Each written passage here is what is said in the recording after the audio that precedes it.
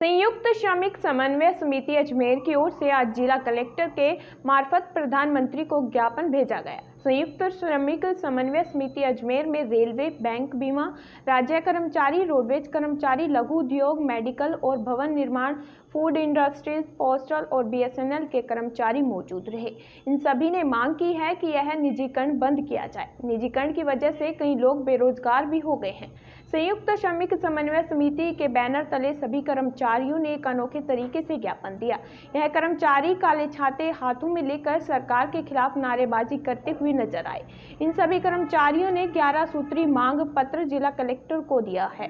संयुक्त श्रमिक समन्वय समिति के कार्यकर्ताओं ने यह भी कहा कि अगर उनकी मांगें पूरी नहीं होती हैं तो आने वाले वक्त में जो फैसला लिया जाएगा उसके लिए आगे की रणनीति तैयार की जाएगी और हो सका तो रेल का चक्का भी जाम किया जाएगा।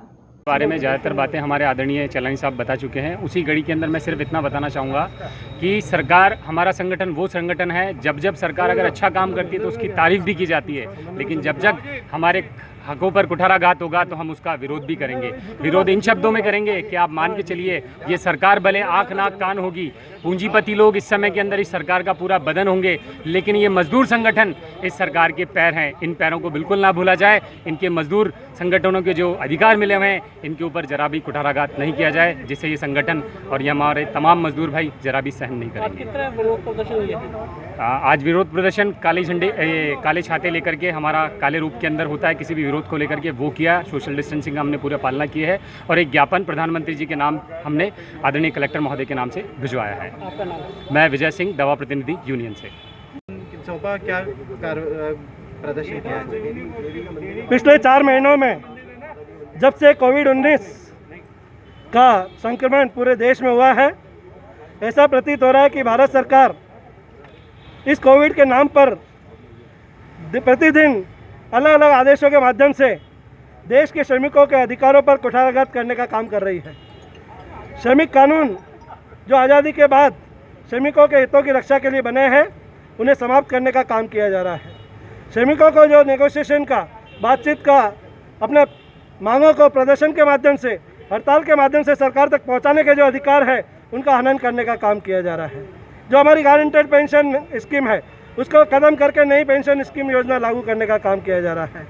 और तो और जो महंगाई भत्ता, महंगाई बढ़ने के साथ कर्मचारियों को देय होता है, उसको आने वाले 1.5 साल के लिए फ्रीज करने का आदेश कर देने का काम किया है। और दिन प्रतिदिन इस तरह के आदेश जारी होने का काम होता है, ऐसे निर्देश जारी होने का काम होता है कि ऐसा लग रहा है कि कोविड के नाम पर एक आपातकालीन स्थिति का निर्माण करके और देश के श्रमिकों के हितों का कुठाराघात किया जा रहा है।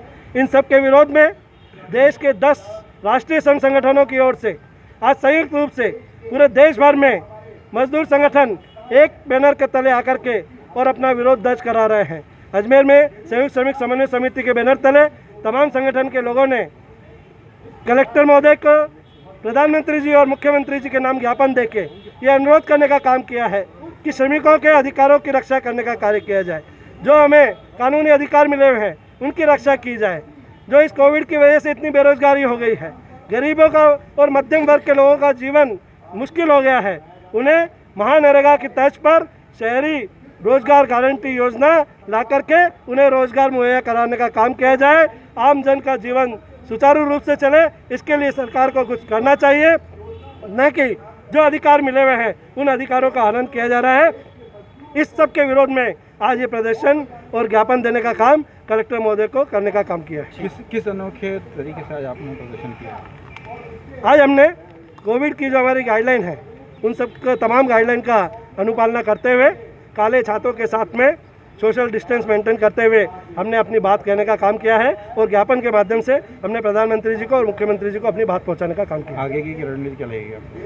अभी राष्ट्रीय स्तर पर फिर हमारे 10 जो केंद्रीय संगठन हैं, हिंद मजदूर सभा, इंटेक, C2, एटेक, ये तमाम संगठन एक मंच पर बैठ करके फिर आगे की रणनीति तय करेंगे और जो राष्ट्रीय स्तर से हमें जो निर्देश होंगे उसी के अनुसार हो सकता है कि आने वाले समय में एक राष्ट्रव्यापी हड़ताल का भी आह्वान करने का जरूरत पड़ जाए। उसमें भी सभी लोग सक्रिय रूप से भागीदारी निभाएंगे।